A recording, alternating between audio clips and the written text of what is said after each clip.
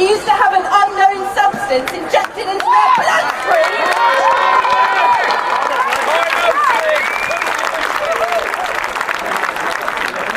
Do people really think it is a coincidence that whilst free speech is being completely suppressed and eroded across social media and the NHS, that a mask is introduced simultaneously when a virus strain has clearly run its course, if it ever had a first run, that is? Watch for the symbolism, it's everywhere. The mask is very symbolic. It is a way to single out and identify those who are not complying with the government's narrative for shaming, attacks and vilifying. Tyrannical regimes have used divide and conquer for centuries in order to pitch citizens against each other, forming two distinct camps in order to do their dirty work for them. The propaganda has been so intense and so effective that many people believe that those who choose not to restrict their breathing with a face cloth want to kill or infect them with a disease. Idiots! That is how powerful systematic propaganda is. United, we win. Divided, we fail.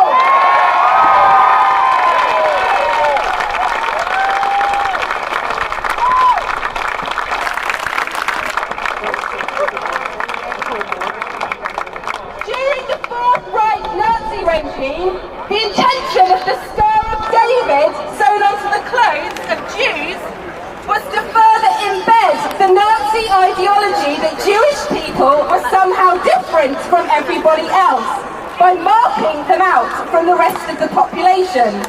The Nazi regime gradually made it, wait for it, mandatory for Jewish populations across Nazi-occupied Europe to wear these identifiers. Ring any bells? Next to the ghettos! This is all one big colossal distraction to stop us finding out about and trying to stop the sick crimes that are being committed against children.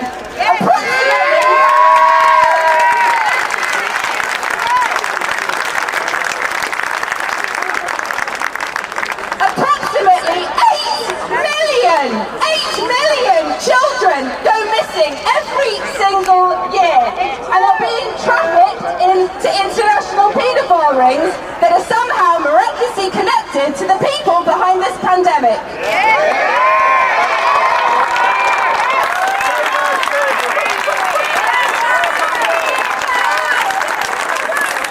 These people are everywhere, from royalty, teaching, the charity sector, the media and film industry, and politicians.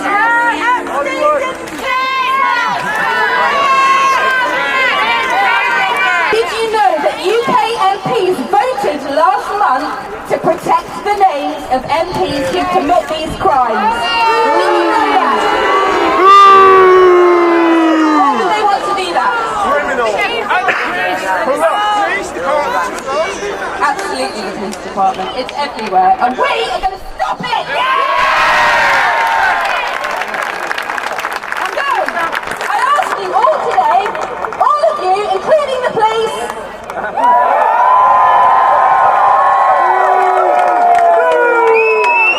I ask you to stand up, to research, to think for yourselves.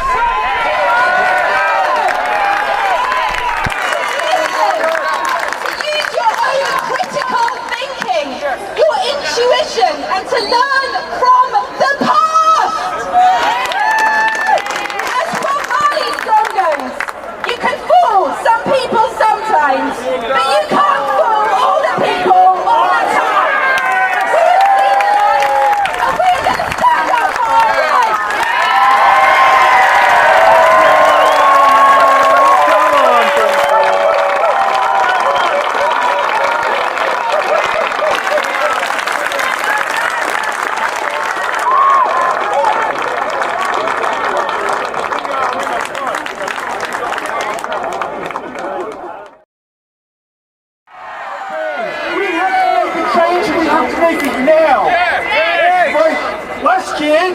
think you were going to be here. Didn't know this, and look what we're doing now. We need to grow the numbers, we need to shout from the rooftops and get these messages out to everyone. Are you fed up with all the things that are going on right now? Yes! How does it feel? Does it feel good being around people? I was chatting to some people before, and it felt like I was alive!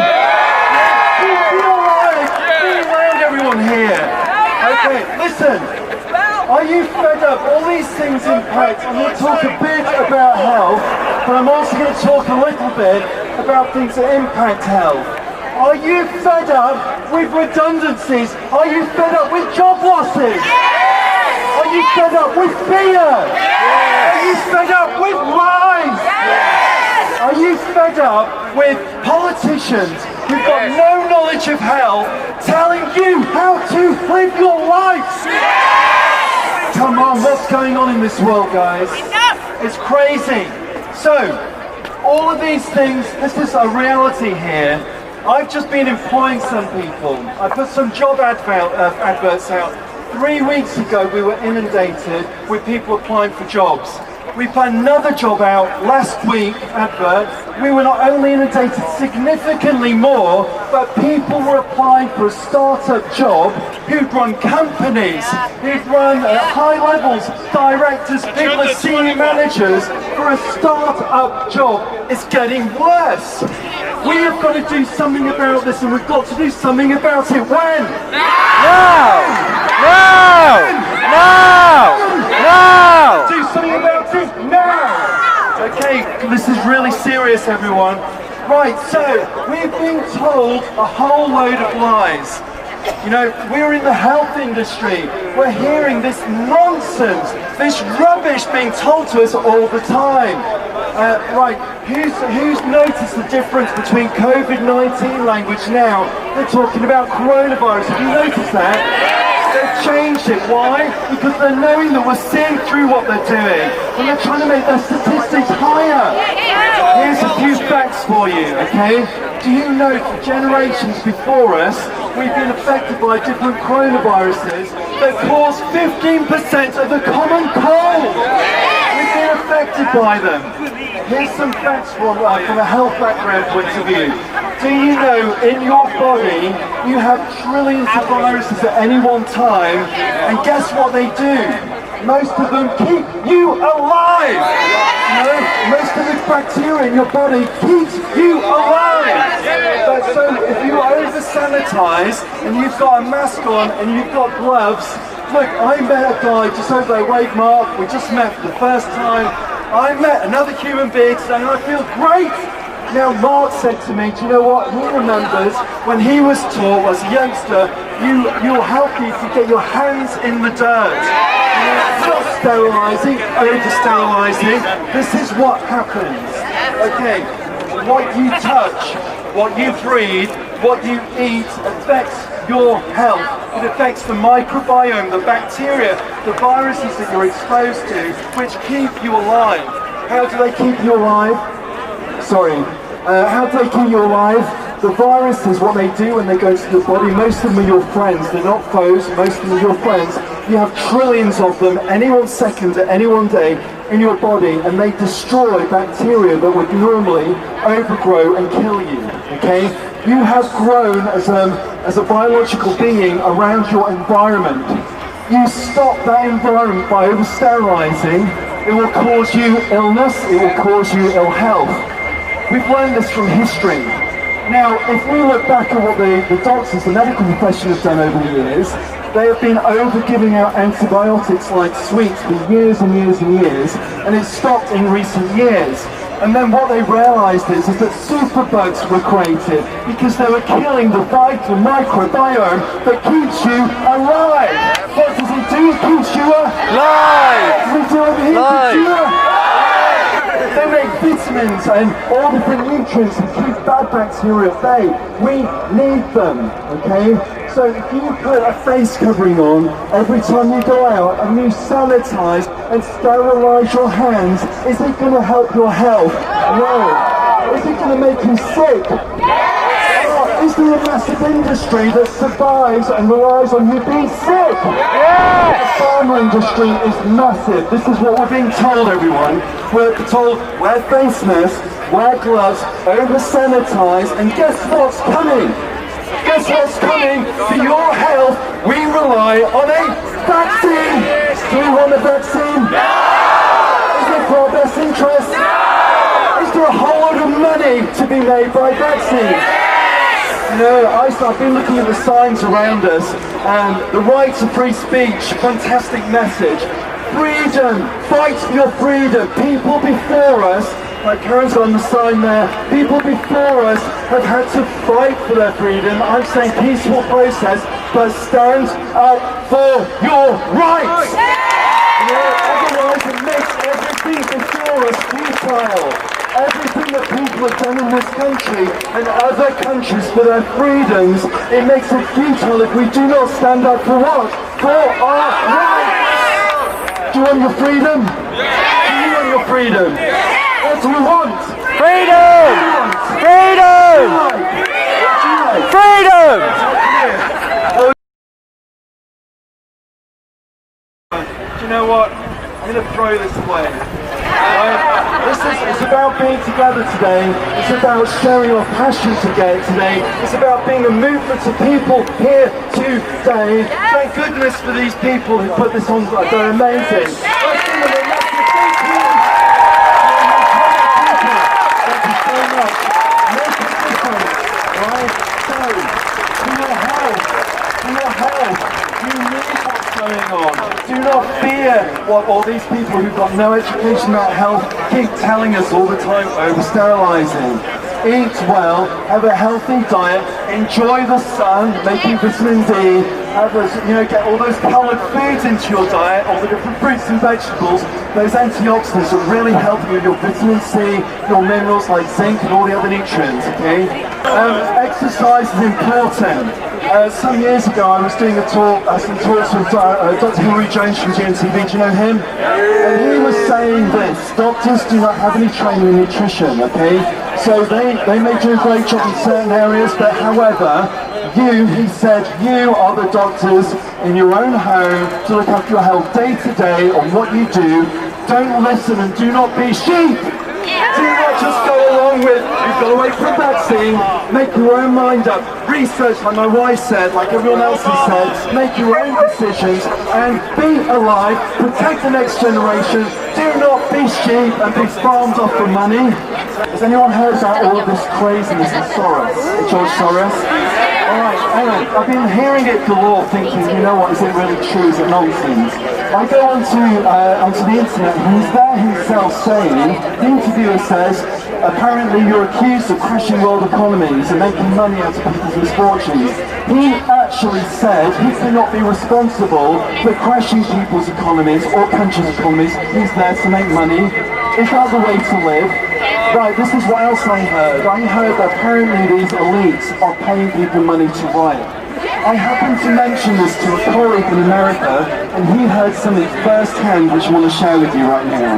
Okay? He said, right, there was a riot in Chicago, and then he spoke to someone who was paid $300 by Soros to go and protest in Atlanta.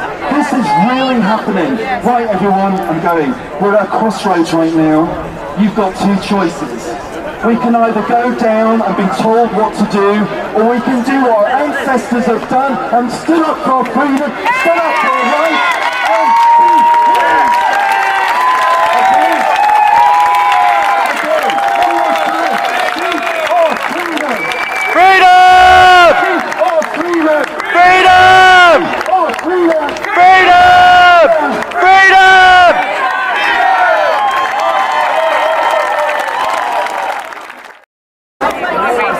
Hi there guys, it's Chris at Concept Self. As you know, I moved to Birmingham to join healthcare. I'm at the universities here in the operating theatres, and it wasn't exactly the cohort that I expected it to be. We've had the lockdown, we've had the virus, we've had 5G rollout in this city, and today you've joined me at the Midlands Freedom Gathering, and I'm really interested and excited to introduce you to one of the speakers that were here today. So I'll hand over now. If you could just tell me a bit more about yourself. My name's Gareth White, and I was privileged enough to be able to speak today. Dead nervous, because I don't normally do public speaking, so it was a bit of a nerve-wracking thing. I think I looked like Shaking Stevens stood up there, both my legs going, but the people were great. It was very, very powerful, Gareth. As soon as I saw you in the crowd, I zoomed in on your T-shirt. I had no idea you were going to be speaking here today. And then when you got up on the stage and you told everyone exactly what's been going on, could you just reiterate the message that you were sending out to everyone? It's just that we need to non-comply. It's the answer to everything. Like, it's just say no. And if there's enough strength in numbers, then they can't force this stuff on us. They can only force it on us if we let them, if we agree. Sticking together as a community, the 99%. Sovereign human beings. We are sovereign human beings. And we need to remember that. And I'm here for my daughter more than anything else. She's only 2 and she's not got a voice yet, so it's like, they need us, kids need us. They do need us, they do need us. Well, honestly, Gareth, thank you so much today. Pleasure. All the best, mate. See you again. Hi there, so it's Chris at Concept Self, and I'm at the Midlands Freedom Gathering today. And I've noticed that things since I've moved here in August last year weren't exactly what I had in mind. With the lockdown, with the hospital and the virus. Mike here's going to tell me a little bit about the event that he's organised and put together. Go ahead, Mike. Okay, Chris, and big respect to you for speaking out. Really big respect. This event, I guess it's a culmination of 6 months of frustration. Actually, frustration is probably the wrong word. I've known from day one that this was all a lie, and that there was another agenda behind it. And the more I've looked into it, the more clear the agenda's come, and the agenda's been frightening. And too many people are being controlled by fear at the moment.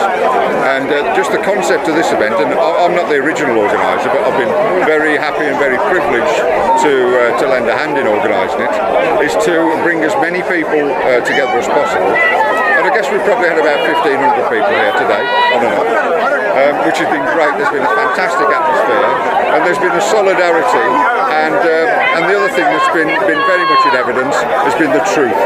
And the truth has been something that's been very thin on the ground since this all began. The BBC are just a propaganda arm of the government. The government have been telling us lies all along, but we've stood together today, and we've stood together for truth. There's been a fantastic energy, and all in all, I couldn't be happier with the way the event's gone. What's your opinion on the mandatory mask wearing, exactly? Well, I don't possess a mask. I will never possess a mask, and I will never wear a mask. And as far as the track and trace and the vaccine programs go, what would you say to that? Count me out. Absolutely count me out. And for nobody's coming near me with a needle. And for anyone on the fence about all of this at home, what would your advice be to them? My advice would be to turn the TV off and do some of your own research. Probably nothing I could say would convince you, but the best way to be convinced is to research it yourself. Brilliant, Mike. Thank you so much for that. Have a lovely day.